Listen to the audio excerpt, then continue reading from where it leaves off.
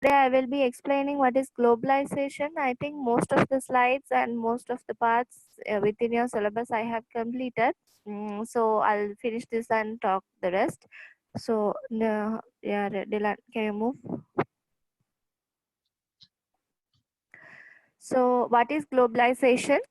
So first of all, I'll tell you what is globalization. It is a process of interaction and integration among the people, companies, and governments of different nations. A process driven by international trade and investment and aided by information technology. So what is globalization? Which is a process of interacting between people to people, companies to companies, and different governments within different nations. That means now, as a economy or a country, you don't solely depend on your own productivity and only your resources. You always have an interconnectivity between the other nations as well. So how this integration or the interconnectivity and the interaction is helping is through the information technology, and in many nations investments are being occurred due to the international trade. So exports, imports, and all the countries do not have all the resources what they need to fulfill their needs and wants. So as a total global economy, so all nations are processing in an integrated way. So that is called as globalization.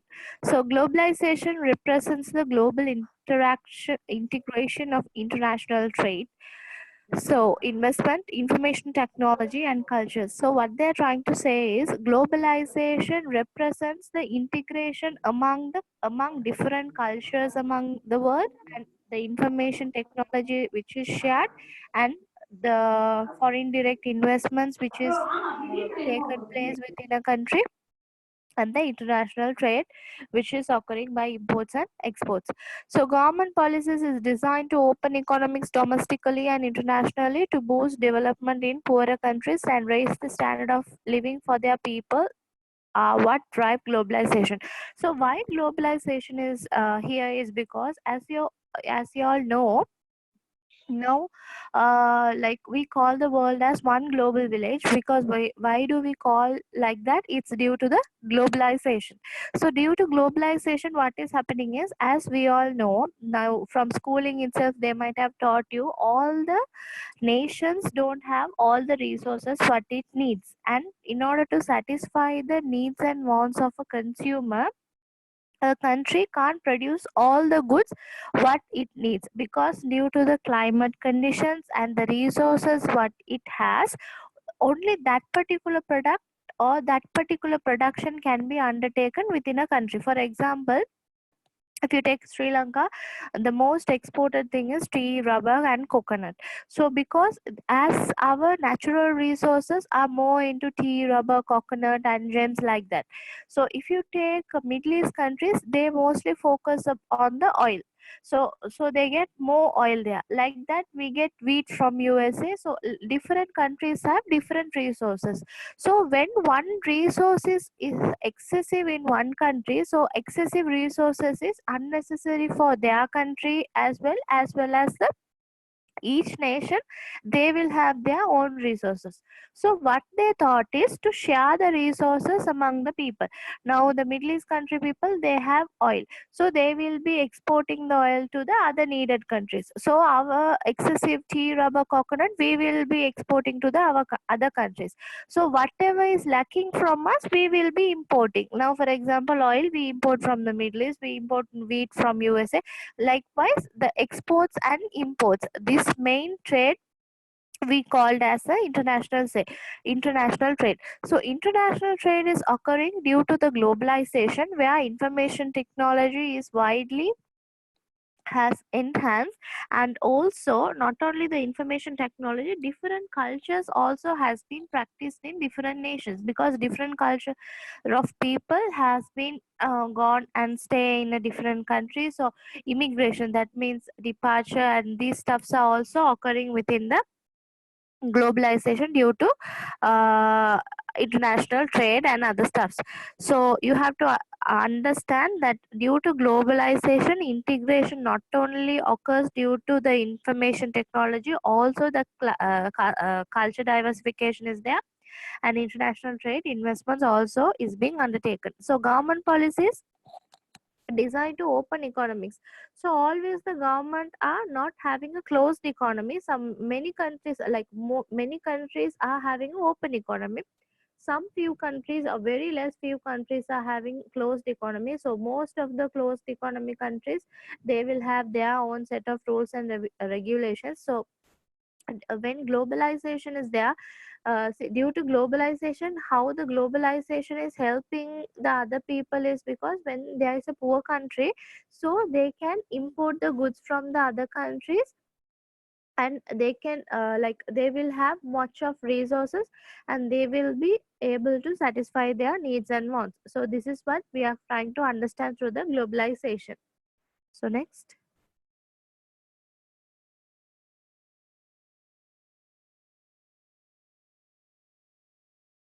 Okay, now we saw what is globalization. Next, we will be moving to the global marketing.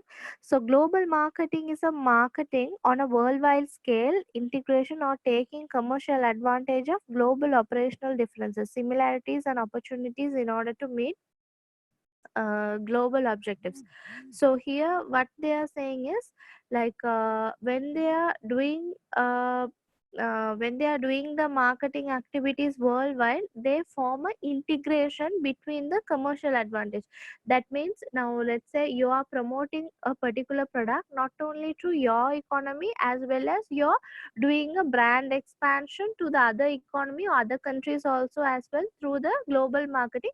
So other country people, other nations also will be aware of your products. So your customer is reach, and your customer base and your loyal customers will be getting increased, and also your company reputation and the product goodwill is going to increase due to the global marketing. So global marketing is more than simply selling a product internationally. So global marketing global marketing says that not only selling the product internationally, it's a global marketing, rather than it includes the whole process. That means they are saying planning, producing, placing, promotion, promoting a company's product in world market. Large businesses often have offices in foreign countries they market to, but with the expansion of internet, even small companies can reach customers through worldwide.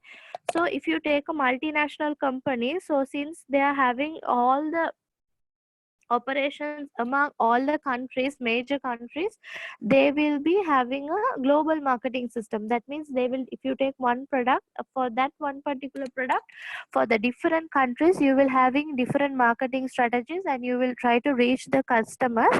So they are saying as a multinational company, it's very easy to capture a market because your product awareness. If you take Unilever is very popular among Asia, Europe, US, Canada, and every nation of the world.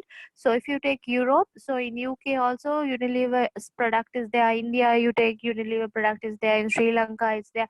Indonesia, it's there. Like that, Unilever product is a very vital usage among the European countries as well as the Asian countries. So what they are trying to say is not only the MNCs, also the small scale businesses also can try to reach their customers worldwide through the globalization.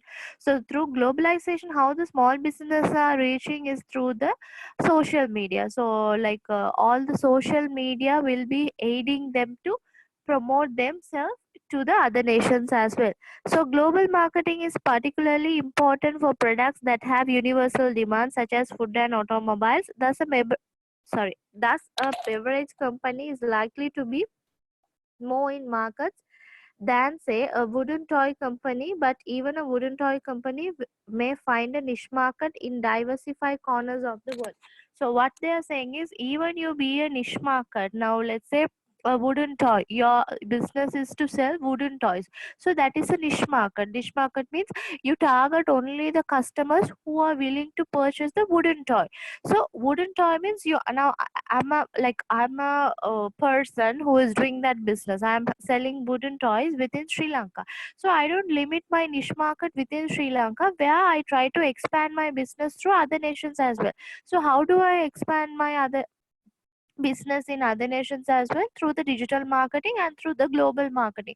So if I have somebody or the human resource or physical resource, so I can start up another other showroom or something in Canada, or somewhere in Italy, somewhere in France, somewhere in Germany, somewhere in Indonesia, somewhere in India. Like that I can be doing it. So it all these I can be doing with the support of the information technology and the interaction between the people among different nations. As I told you, what is globalization? Interactions between people, interaction between countries to countries, and the internet sources. So with all these help, you can have a global digital marketing for your product. Next slide, please. So examples of global marketing: Coca-Cola. Coca-Cola started selling internationally back in 1919, and it's now present more than 200 countries. Now I think it will be more than 200 countries for now.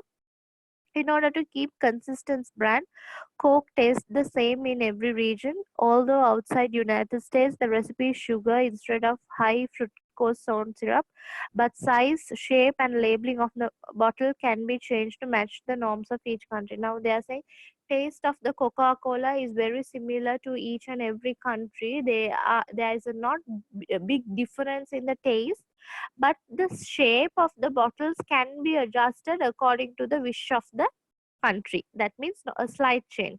While the company formally used a standardized advertising approach, it has changed to adapt advertising messages to local culture. Additionally, it adjusts its product line to fit local taste, including a number of additional beverage brands. So what they are saying is Coca-Cola as company's brand, I think it's more than 600 products are there in Coca-Cola company. So within that 600 products, what they are trying to do is they are trying to keep all the taste of the product in the same way, but according to the culture and the cultural difference and the taste and preference of customers, they can add product lines for each of the country, and also they can adjust to the advertising patterns within the perception of each individual within that particular country. So this is called as global marketing. So Coca-Cola is one best example of global marketing. Next. So next example would be McDonald's. So McDonald's makes certain Big Mac taste at the same every country, but it also varies items on its menu according to local taste. Customers in Mexico can order green chili cheeseburger. Customers in Korea get to eat broccoli burgers, and customers in Arab countries enjoy macarabia and krill kofta sandwich in pita bread. So what they are trying to say is all the countries are having, even though one product is coming under the same brand, different varieties of taste can be given to different countries, and it also can be, now for example, if you take Sri Lanka, now we have rice in our country. So if you take the European countries and all, they would not have this biryani rice or this I don't know, a special rice or something. They have rice varieties, right? So according to the taste and preference of the customers within each country, you can adjust to the taste and preferences, but the marketing for one particular brand will be similar to each, but the pattern of advertising may be different. Next. So Starbucks is also one of a good example. So Starbucks Corporation is an American coffee company and coffee chain. Starbucks was founded in Washington in 1971.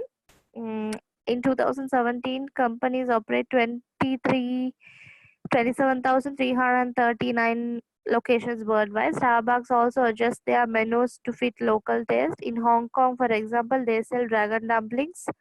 As a global buyer of coffee, the company has long reputed for engaging local cultures according to their needs.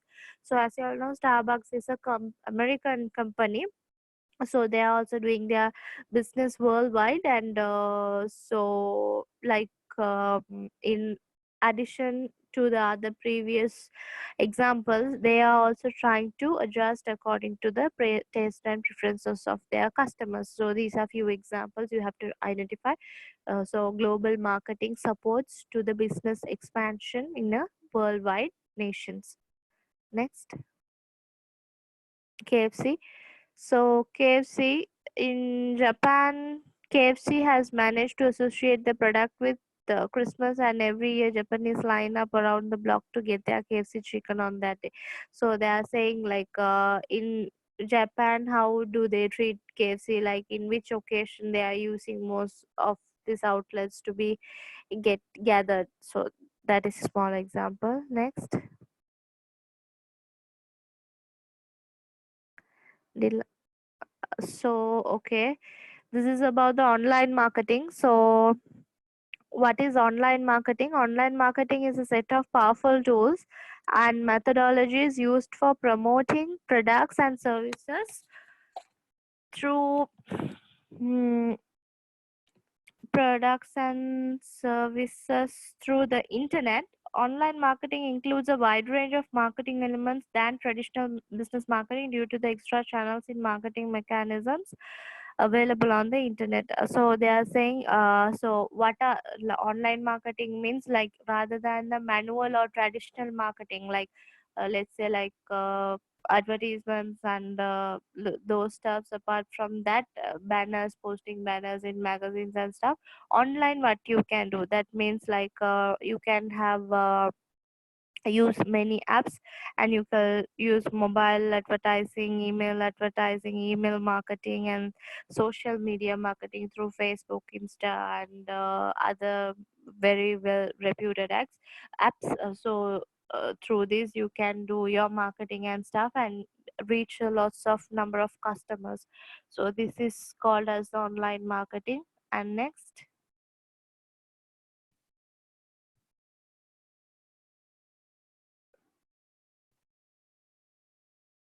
slide please. Okay, that's all about the globalization and online marketing.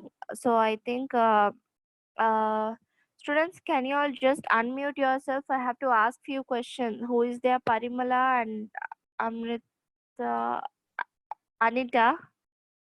Okay, Gloria or Renosha. Now I have completed. Can someone talk? If you all talk only, I can.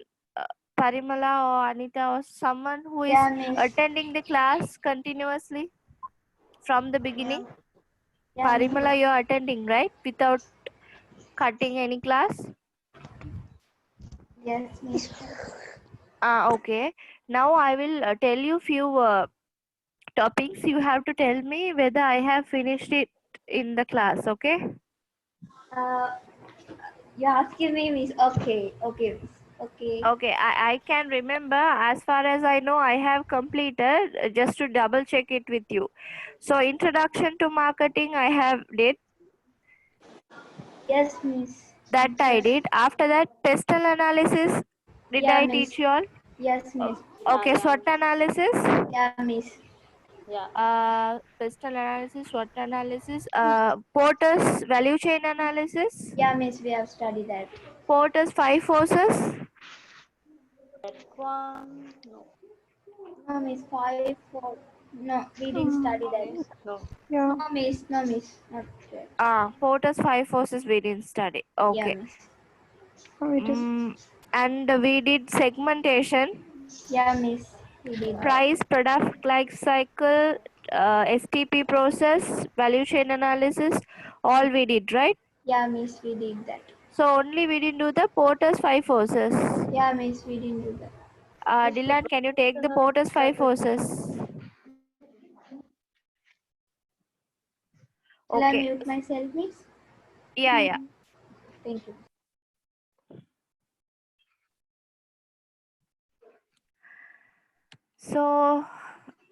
So this is a theory like which we learned.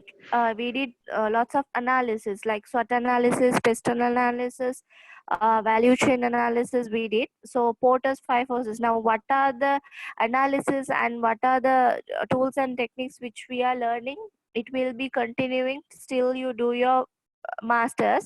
So I think it is very vital for y'all to listen to the theories and understand so that it will be useful for y'all. And again I'm saying Porter's five forces is a easy concept when you concentrate.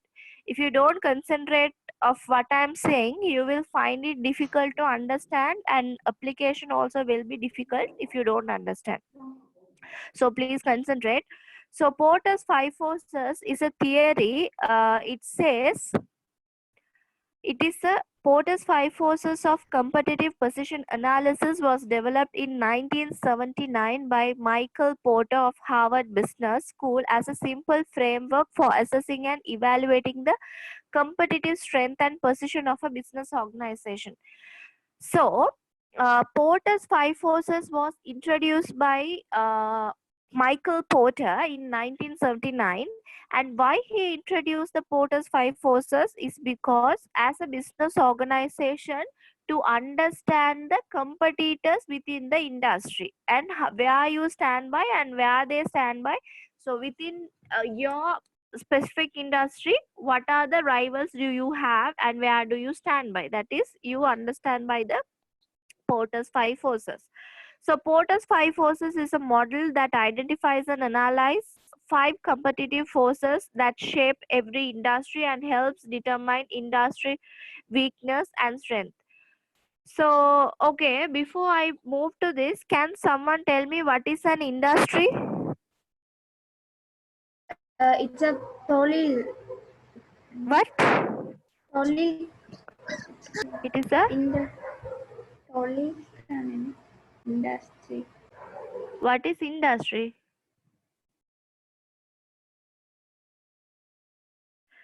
Industry is something, a collection of firms or collection of operations, business operations, which is done in one aspect of business process. Now, if you take education, if you take educations, if you take all the institutes, if you take IDM, if you take ACBT, ICBT, and the Colombo University, Jayavardhanapura University, Peradeniya University, so all these are falling into what? Education sector, which is called as the education industry. So all the businesses or the services relating to education is called as the education industry, right? Now, if you take McDonald's, KFC, Burger King, and Pizza Hut, Domino's, all this falls into the food industry. Can you understand? That means different companies falling into one category is called as an industry. Hello? Are you listening? Yeah, miss. Understood? Yeah. Yeah, So okay. that is an industry. So now they are saying Porter's five forces is basically done not for a company. Now remember that all the other analysis is done for the company. Now SWOT analysis is done for the company. Western analysis is done for your company by identifying the internal and well as the external factors, right? SWOT means you do both internal and external. Western means you identify the external environment. But all these things are done for your specific company. But like Porter's five forces, you can't do it only for your company. You should take the whole industry and do. Always remember, Porter's five forces is done for an industry, right? So Porter's five forces is a model that identifies and analyzes five competitive forces that shapes every industry and helps determine an industry's weakness and strengths. So when you all are doing the five forces analysis, you know to identify within the industry what is your company strength and weakness among the industry which you are doing the business. So Porter's five forces is a business analysis model that helps to explain why different industries are able to sustain different levels of profitability. So when you do a Porter's five forces analysis, you can identify why within the same industry your differentiation is there in the profitability. What makes the differentiation you can understand through this analysis. And Porter's five forces helps to identify where power lies in a business situation. This is useful both in understanding the strength of an organization, current competitive position, and the strength of position of an organization that is into move over. So here what they are telling is, why are you doing the Porter's five forces? In order to identify your current business situation, how your business can compete with the competitive environment, and what are the strengths you have to compete, and what are the drawbacks you have which you have to move on. So the model is widely used to analyze the industry structure of a company as well as the corporate strategy. So when you are doing the Porter's five forces analysis, you can do a corporate strategy for the business as well. So next.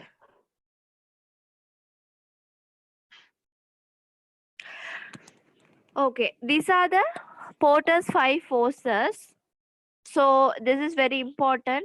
Just remember, threat of new entrance, threat of substitution.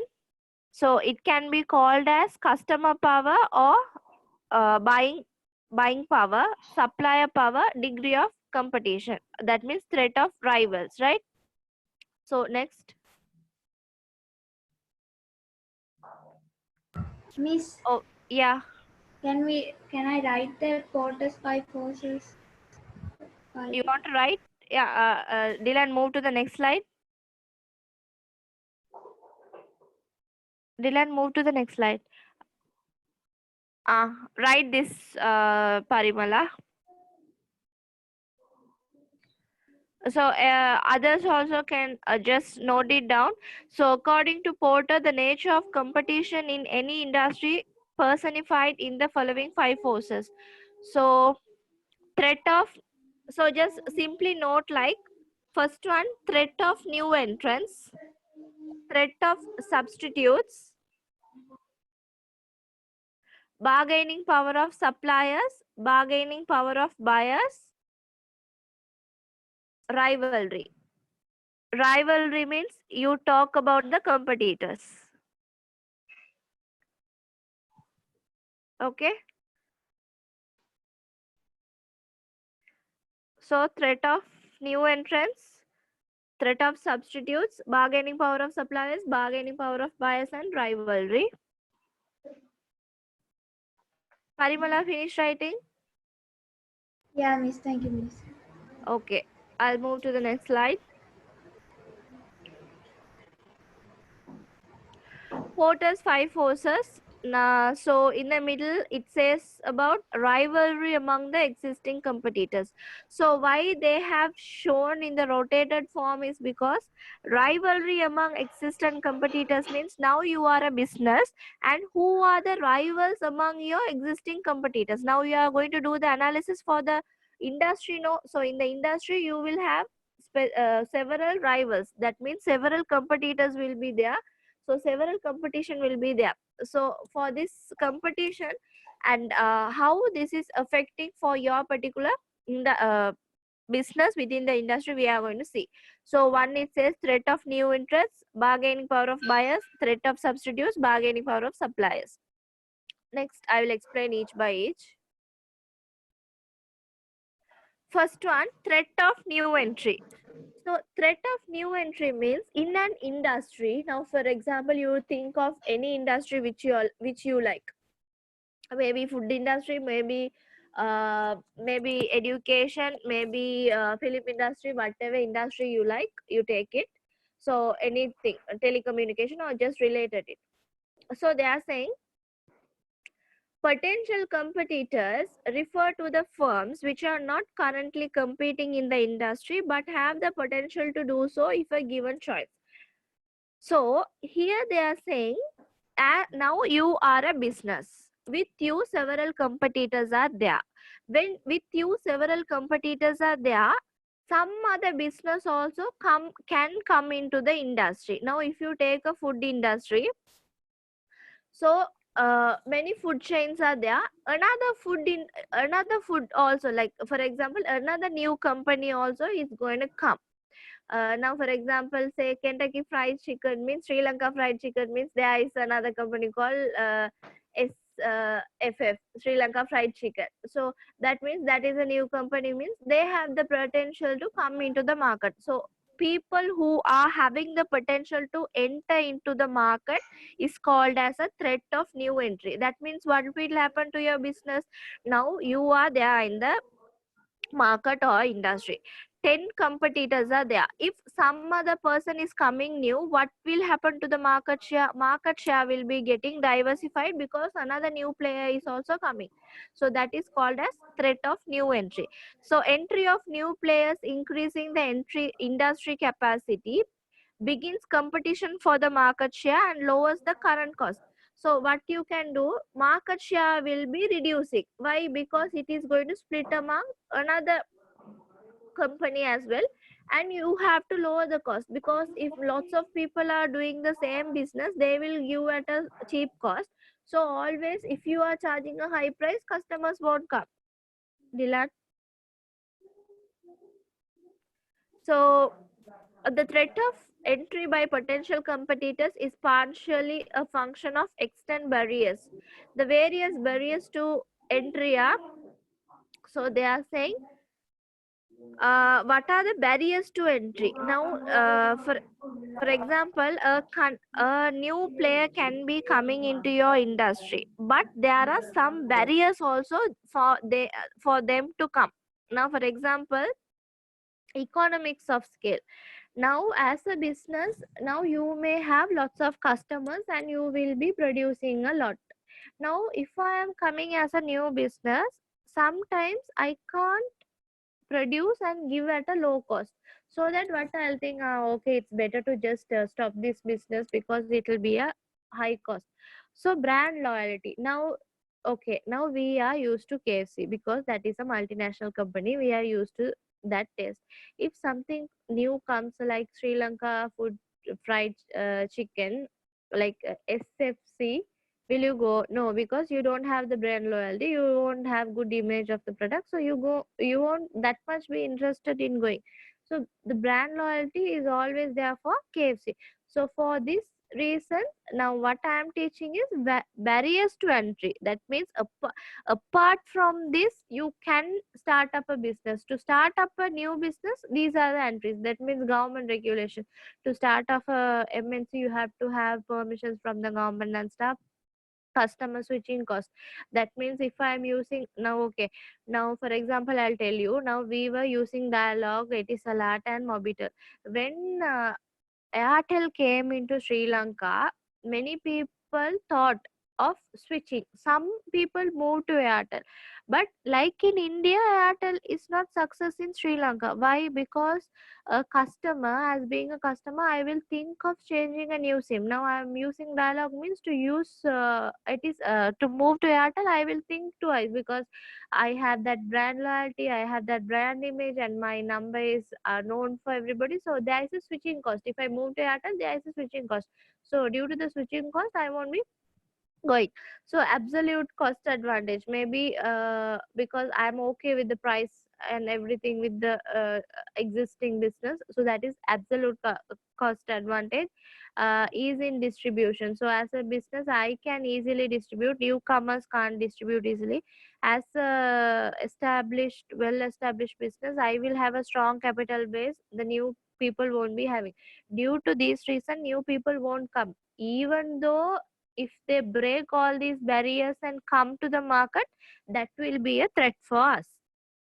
Okay, that is threat of new entry. So threat of new entry is none other than a new competitor coming to our industry. Next, rivalry among current competitors. Now first we saw new competitors entering. Now this is rivalry among the current competitors. Rivalry among the current competitors means I am the business. Now for my business, who are my current competitors? Rivalry refers to the competition struggle for the market share between firm in an industry. Now for example, let's say I am Dialog, and who are the no, a Dialog is no, I'm at so who are the current competitors for me? Dialog is my competitor, Mobitel is the competitor, and Dialog, Mobitel, and Etisalat, Hutch, all are my competitors. So extreme rivalry among established firms poses a strong threat to profitability. So what they are saying is extreme rivalry. Now I am Airtel means I came new into the market to Sri Lanka, but Dialog was a long time back in Sri Lanka, so their business is well established, and like their business is well established, and they are a threat to my profitability. So even a new customer is going and buying a sim means they will be going to buy Dialog, because Dialog is well established and they will be a loyal customer for that. So the strength of rivalry among established firms within an industry is a function of the following factors. So what they are saying is strength of rivalry among established firms within an industry, for following factors. It says extent of exit barriers. Now exit barriers are there. If you enter a market, you can't go out of the market, so those are called exit barriers. And amount of fixed cost. So for example, if you are coming and investing to a particular industry, you will have a fixed cost to be incurred. After that, competitive structure of industry. So what are the structure you maintain within the industry? So presence of global customers. So among the global, how much customers you have, and absence of switching cost. So for example, now as now I'm Airtel and I'm coming and introducing my now my product means sometimes absence of switching cost might be not there, because some people will be okay to come with. Now people who are using Hutch means they don't mind using Airtel or dial sorry, they don't mind using Airtel or Hutch, because Hutch is also at a lower level. But the people who are using Dialog might be thinking of the switching cost. So growth rate of the industry. So within the industry, what is the telecommunication growth rate and demand competition? That means within the telecommunication industry, what is the demand level? So all this you have to remember to be a firm which is for example, to compete with your competitors, you have to build your firm as a well established firm. Now for example, if you take Dialog in the telecommunication industry, their rivalry among their industry is there, but they are not much affected because of that. Now the Porter's five forces we are doing to an industry. No, for example, if Dialog do the Porter's five forces means, for them rivalry among current competition means, for them it is not a major effect. Why? Because they are having the major market share. The same five forces if Airtel is doing, for them threat is high.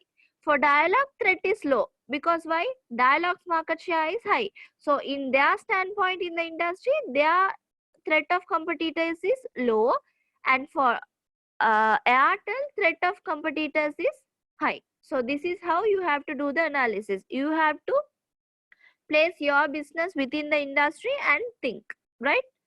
So next slide, please. So bargaining power of buyers.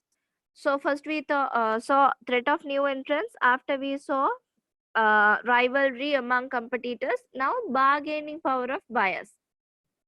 Buyers refers to the customers who finally consume the product, or the firm who distribute the industry's product to the final consumers. For example, if I am KFC, people who are buying food from me are my buyers. So bargaining power of buyers refers to the potential of buyers to bargain down the prices charged by the firm in the industry or to increase the firm cost in the industry by demanding better quality and service of the product. So here what I am saying is bargaining power of buyers is something. Now, for example, when there are limited amount of products to be purchased within the market, the bargaining power of buyers will be low. Why? Because they don't have any other option. They have to rely on that particular firm or product, so that they won't come to bargain. Now, for example, these days you don't bargain anything, because even to getting the goods and stuff is very difficult, so you don't go and bargain. Whatever the price you say, you go and buy and come. But if it is the normal scenario, you will bargain, because you know you can go out, you can go to the several, if the market is open, you can buy anything what you need at any place at a reduction price range. So because there are no options or alternatives, you will stick to the price which the buyer is telling. So sorry, the seller is telling, or the product company is telling. So bargaining power, you have to remember, when there is several options, your power will be high. When there is no options, your power will be low. Strong buyers can extract profits out of an industry by lowering the prices and increasing the cost. So some buyers, they will always lower the price. Now if you have, now let's say you have more competition, means you will always try to please your buyers, because you want your buyers to buy your products. So they purchase in large quantities. They purchase in large quantities. They have full information of the product in the market. They emphasize upon quality products. They pose credible threat of backward integration. In this way, they regarded as a threat. Now, for example, if your firm is having lots of competitors and your product, now if your buyer is asking for a price reduction, you will give. Now, for example, you go and buy a dress of frock or shalwar or something. If in that street, if there is lots of shops, they will reduce the price and give, because they know there are several options. But if you have no any other option, only you have to rely on their shop, means they will increase the price, because they know anyhow you are going to buy the product. So bargaining power of buyers means, when the firm or product is much demanded, means their power will be low. If all the competitors, all the flow, all the firm is there, means their power will be high. So this is what you have to understand in the bargaining power. So if you are a strong producer and you have no competition, your bargaining power of buyer will be low. If you have a high number of buyers in the market, bargaining power of the customers will be high. Okay, so this is what you have to remember. So this is nothing. You can simply remember, you are a firm. If you have several competitors, your buyer will demand you to reduce the price, so you will reduce the price. If there is no competition, if you are only the main seller, your buyer won't demand you to reduce the price, so you give for the price what you will be giving. So this is the summary. So this is bargaining power of buyers. Next, bargaining power of suppliers. So bargaining power of suppliers to the firms that produce the inputs to the industry. That means, as a company, okay, if you take KFC, chicken suppliers are their suppliers. So bargaining power of suppliers refer to the potential suppliers to increase the price of inputs, labor, raw material, service, or the cost of industries in another way. So what they are saying is, these people are the potential supplier to increase the inputs. That means KFC's taste of chicken is coming by the raw material, which is called as chicken as well. If you don't get fresh chicken, whatever the mixture you use, your product will not be a tasty one. So if your competitor, for example, you think only this particular person is there to supply chicken for you, so you will be relying on that particular supplier only. So if you are having many suppliers, you won't only rely on them. If he is increasing the price of chicken, you will leave him and go to another supplier. But if he is only the supplier, you will anyhow, for any cost, you will be buying the chicken from him. This force addresses how easily suppliers can drive up the prices of goods and services. It is affected by the number of suppliers of key aspects of goods or service, how unique these aspects are, and how much it would be costing a company to switch from one supplier to another. The fewer number of suppliers, the more company depends on the supplier, the more power a supplier holds. That means simply they are saying, simply remember this KFC scenario. If I am KFC in Sri Lanka, only one chicken supplier is there, I will be relying only on him. So he only should supply chicken. So whatever the price he charge, if he asks, now if we ask instant cash, that means not on a like dated check or something. If I can't do the payment on time, now he is asking, I want ready cash for my product, means I will be giving, because I have no any other option, because I have to buy the chicken for my business. But if there is 10 suppliers, 10 people who are selling chicken, will I buy for his price, or will I adhere to his demands? No, I will leave him and go. If my switching cost is very, there is no any switching cost, I will be moving to the next supplier. So this is what it says. Strong suppliers can extract profit from out of the industry by increasing cost of the firms in an industry. Suppliers' products have few substitutes. Strong suppliers' products are unique. That means what they are saying, the people who are supplying unique products are the strong suppliers. If they are not producing the unique products, they are not a strong supplier. For example, some services might be there, some services they like that kind of service you can't get from any of the other people.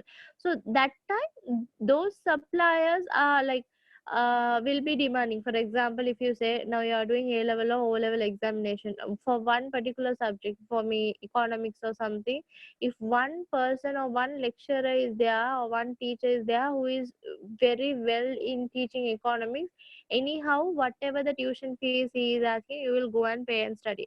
Now for example, if there are plenty of lecturers who are there to teach economics, means you don't mind about the price, whatever you feel who is good, you will be going. So this is how they have a high switching cost. Their product is important input to buyers product. Buyers are not significant to strong suppliers. In this way they are regarded as threat. So when the suppliers are being threat, when there is no suppliers for you, at that time whatever they say, they are a threat for you. If there are plenty of suppliers, then they are not a threat for you, because you can use any of the suppliers for your product. Next slide please.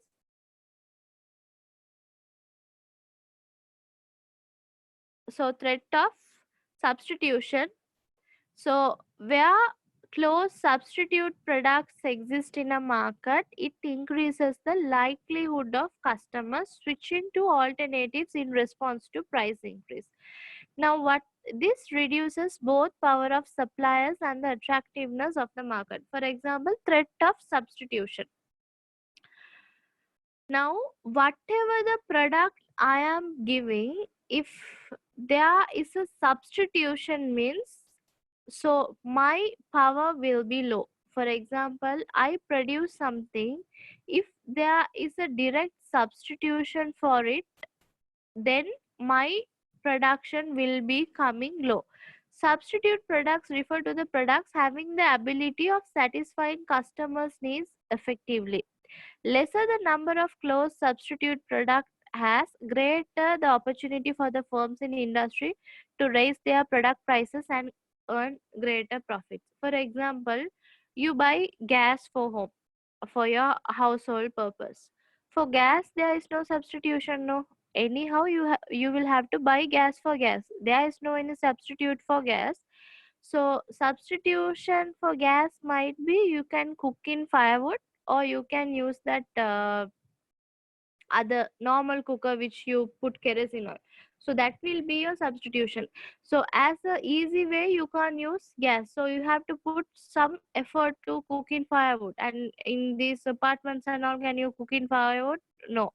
So what you can do is, what you have to understand is, for a product which is having substitute, it is very easy for the consumer to switch for a product. For example,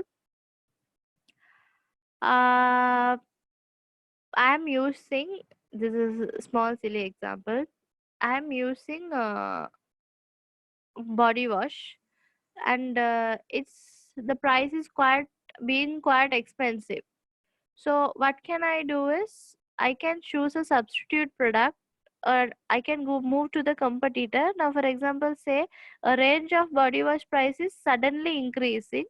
So what can I do is, I can move to using soap as usual, because as soap is a substitute for the body wash. So this is how. So when you have a substitute for something, for example, okay, I want to eat curd, I'm going and seeing the price of honey, and I'm going and seeing the price of sugar.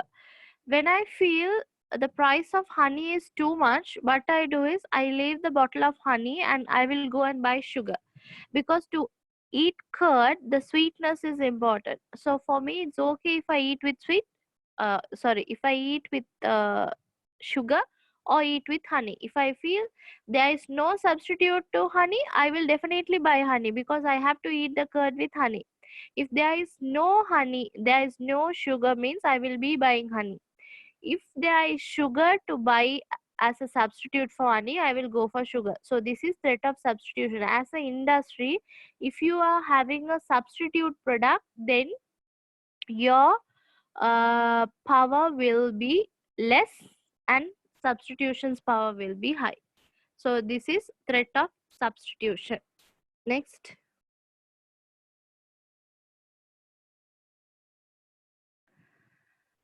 So this is a few example of Porter's five forces, which is being applied for Samsung. So when once it is uploaded in the Moodle, you can just read and see. So I'll just explain. Move to the next slide. This is a small introduction about the Samsung and how the Porter's five forces is working. So next slide.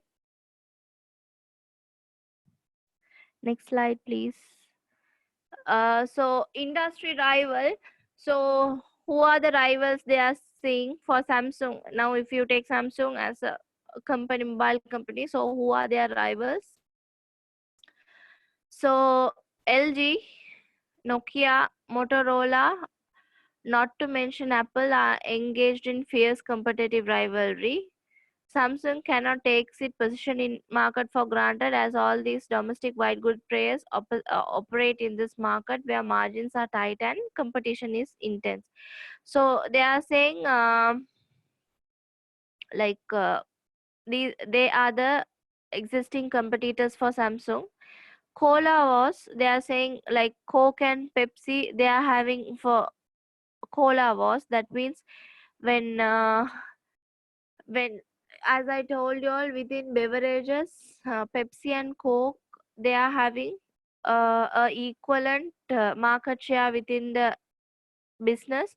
So they both are the tight competitors. As that in India, where Samsung has contend and compete with a multitude of players, domestic and global, they have made an impact on the dimension, especially for Samsung. That means, for as a rivalry, in Indian products, you say you take Nokia and stuff, they are considering those products also as their rivalry. So industry rivalry means, as being a mobile company, so what are the current competitors you are having, it says in this slide. And the next slide. So barriers to entry and exit. So they are saying what are the entry and exit barriers for, as I told you, that new entrance barriers. So they have explained, you can just read it. So it talks this is basically a case study, so I will upload this slide so you can read what are the barriers to entry and exit for the Samsung company. And next, so power of buyers. So what are the power of buyers for Samsung products? So it talks about that in this. And next, since this is the case study, I'm not just explaining, so they have related it to the Porter's five forces. So since it has in order to explain this, I have included this case study.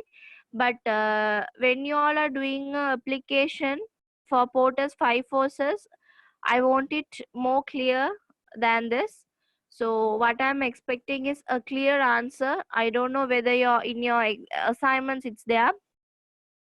Clearly, I want, I will explain how I want the answer. If you are a firm and you are supposed to do a Porter's five forces, you have to think you as that business, and you have to stand in that industry viewpoint, in that company's viewpoint, and you have to do the analysis. For example, if you take threat of rivalry, you have to say whether threat of rivalry is high or low. If you say threat of rivalry is low, you have to give an explanation why the threat of rivalry is low. If you say bargaining power of suppliers is higher to my industry, you have to say in your viewpoint, in your point of view, in that company, why you say low. First statement should be high or low. Threat is high, threat is low. You have to tell that statement and give an explanation. This is what how I want. After that, threat of substitutes. So this is a threat of substitutes for the Samsung. Next. So this is a conclusion. So this is all about the case study. So I have explained the Porter's five forces. I think clearly I have explained the Porter's five forces, and for the answer also I want it very clear and very neat. And all your assignments, I want the answers to not to just copy paste and just blabber. I want all the answers in a clear, understandable way, which is applied to the case.